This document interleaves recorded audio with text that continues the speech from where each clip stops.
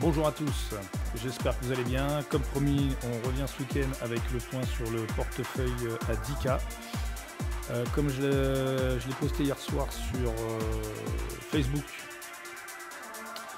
les deux contrats qu'on avait sur Intel, donc là ici à l'écran, et XLE, l'ETF sur l'énergie nord-américaine, ont fini sans valeur. Donc on a collecté l'ensemble des deux primes. Je ne reviens pas sur le roulage de put, le gap ici, hein, vous avez la vidéo de la semaine dernière et encore des vidéos avant qui vous expliquent ce qui s'est passé. Et donc actuellement on est complètement hors du marché, on n'a aucune position ouverte et on est le week-end, le marché est fermé et on va travailler sur ce qu'on va faire dans le futur. Donc suite aux événements de earnings d'INTC ici, je ne suis pas vraiment fanat de retourner sur INTC et puis finalement avec le petit portefeuille qu'on a quand même à 10 000 €, c'est pas forcément extrêmement confortable de travailler sur spécifiquement une action en particulier.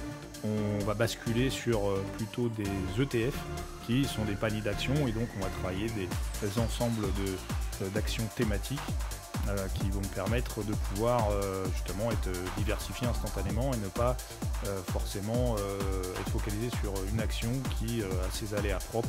On va être sur plutôt des ETF maintenant. Donc Intel, on la laisse là, on ne va pas revenir dessus. On avait aussi XLE ici hein, qui est arrangé. Vous avez vu que ça a bien baissé. On aurait peut-être même pu se faire exercer hier soir, mais bon, personnellement, je n'étais pas trop inquiet. Du coup, on va continuer à travailler XLE et on va repartir lundi à l'ouverture avec un contrat à put 51, une échéance au 17 décembre qui nous rapportera un retour sur investissement sur la période de 1,21%, soit 15,8% annualisé. La stratégie, pareil, on va mettre une alerte par exemple à 52 et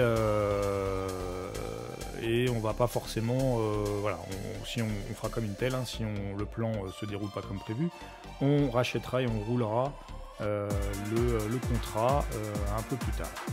Voilà pour XLE, donc on continue sur XLE, on va continuer dès lundi à travailler XLE. On va rentrer dans le portefeuille. Alors XLE, hein, ça cote aujourd'hui à 54. Si on exerçait, c'est à put 51. Ça fait une baisse entre aujourd'hui et l'échéance dans 30 jours, à peu près de 37 jours de moins 6,65%, donc ce qui peut arriver. Donc on est prêt à rouler. Et donc voilà pour XLE. Ça nous prend sur le portefeuille 10 000 un peu moins de 50% de l'ensemble de notre fonds. Donc comme ce sont des cash chez Corput, on immobilise entre guillemets, on est prêt à acheter au cas où, au pire, un strike à 51, donc il nous faut 5100 $ de disponible. Ça va nous empiéter une grosse partie de notre portefeuille, mais comme jusqu'à maintenant, hein.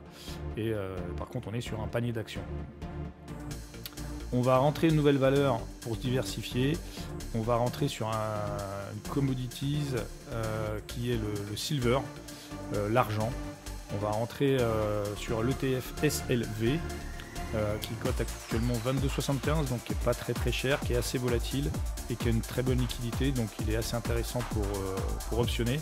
Et on va partir sur le postulat qu'on va acheter le SLV, ce qui nous fera une dépense. Là on a mis un put, on est à la monnaie, on n'est pas très en dehors de la monnaie, on est à la monnaie parce qu'on part du principe qu'on va acheter cet ETF et qu'ensuite on vendra des covered calls parce qu'on a quand même un biais globalement haussier sur l'argent.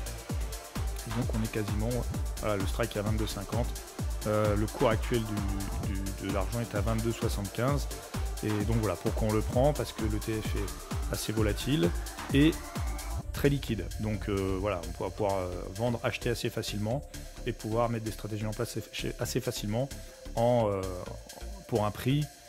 Voilà, on immobilisera et on dépensera 2250 $ de notre portefeuille pour acquérir éventuellement, parce que le silver peut monter, hein. Mais on est prêt à l'acheter, donc on est assez agressif, on est à la monnaie, ce qui nous fait un retour sur investissement donc là de 58 $. Ce qui nous fait sur la période, donc on est pareil à un peu plus d'un mois, ce qui nous fait un retour sur investissement sur à peu près un mois de 2,65% et un retour annualisé par rapport à la somme immobilisée, par rapport aux 2250 $, de 28,4%, donc c'est assez performant. Voilà pour le silver, tout ça on le fera à l'ouverture lundi. Et enfin on va rentrer sur les cryptos, on en a vite fait parler, mais on va optionner l'ETF qui est sorti de ProShare il y a maintenant, il est sorti quand lui, le 19 octobre, et bien il y a un mois, on avait dit qu'on regardait ce qui se passait pendant un mois. Donc finalement ça intéresse beaucoup de monde, il est assez liquide, ce qui fait qu'il est assez intéressant. Et là on va vendre un put, donc pas à la monnaie, parce qu'on va rester en dehors on va être très en dehors de la monnaie. Avec actuellement il cote à 37,01 $, et donc on a mis un put à 28, ce qui nous fera éventuellement, si on doit acheter cet ETF et que tout se passe très mal, un achat, une dépense de 2800 $. Mais comme on est très hors de la monnaie, on va plutôt rouler. Pareil, si ça se passe pas bien, on va plutôt rouler. Ça fait pour le Bitcoin. Alors c'est un ETF sur le Bitcoin, d'accord. C'est un produit dérivé par rapport au Bitcoin. C'est pas forcément hyper intéressant de le détenir en propre pour plusieurs raisons. Je vous partagerai peut-être une vidéo à ce sujet-là je crois que c'est de Xavier Delmas, il me semble, ou de Yann Darwin, un des deux, qui vous expliquera exactement pourquoi l'ETF sur le Bitcoin n'est pas forcément l'investissement du siècle. Il a des avantages, mais il a aussi pas mal d'inconvénients. Mais nous, on ne va pas chercher à l'acheter, on va chercher à extraire de la performance et à s'exposer au marché crypto et à s'exposer au Bitcoin via un ETF. Ce qui fait qu'au final, on aura un portefeuille sur option à 10 000 € avec quand même une partie en crypto, entre guillemets, via des produits dérivés, une partie sur l'argent aussi avec un produit dérivé, un ETF, et une partie sur les énergies des entreprises nord-américaines. Donc on va commencer à se diversifier et on va être un petit peu plus agressif pour le portefeuille. Voilà pour le BITO. Je reviens vite fait sur le XLE. Le XLE, non, le silver, pardon. Le silver, le silver, donc je vous ai dit qu'on était à la monnaie.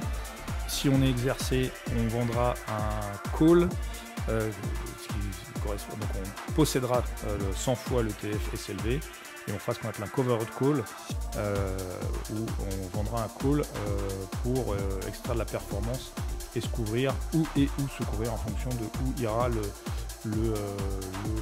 silver, l'argent. Cette stratégie s'appelle en fait la wheel. Je vous partagerai sur le groupe Facebook un bouquin. Je vous ai déjà parlé de Oliver Freeman et des livres de Freeman Publication. Donc ils ont sorti un tout petit bouquin très rapide à lire et très simple sur la wheel stratégie. Donc la stratégie de la roue, qui fait que voilà, vous vendez un put, vous êtes exercé, vous vendez un covered call, si vous êtes exercé, vous revendez, et on tourne comme ça, et on extrait de la performance comme ça. Voilà pour les 3 nouvelles positions que l'on va rentrer normalement lundi. On fait un petit focus sur le portefeuille 10 000. Le fichier, je vais vous le repartager. On est passé à la version 2, vu qu'on vient de finir une phase complète et qu'aujourd'hui on est complètement hors marché. On est rentré le 27 septembre. On est quasiment à 2 mois. Et actuellement, on a 1,20% de performance sur nos 10 000 € sur un petit peu moins de 2 mois. On devrait être un peu plus agressif maintenant, un peu plus diversifié, donc on va peut-être éventuellement augmenter un peu notre performance dans l'avenir. Ici, vous voyez un drawdown à peu près de 0,5%. C'est le moment où on a roulé notre put, c'est-à-dire qu'on a racheté le contrat sur Intel et on en a revendu un dans la foulée, donc rachat, revente, et après, tout est parti dans la bonne direction. Et on a fini avec tous nos contrats qui expiraient sans valeur et l'ensemble des primes collectées. On vous a préparé aussi le fichier Excel du portefeuille Adica en vue des nouvelles rentrées en position. Donc la perf, ce sont des onglets en bas qu'on a rajoutés avec l'historique. Vous avez tout l'historique, les 3 puts.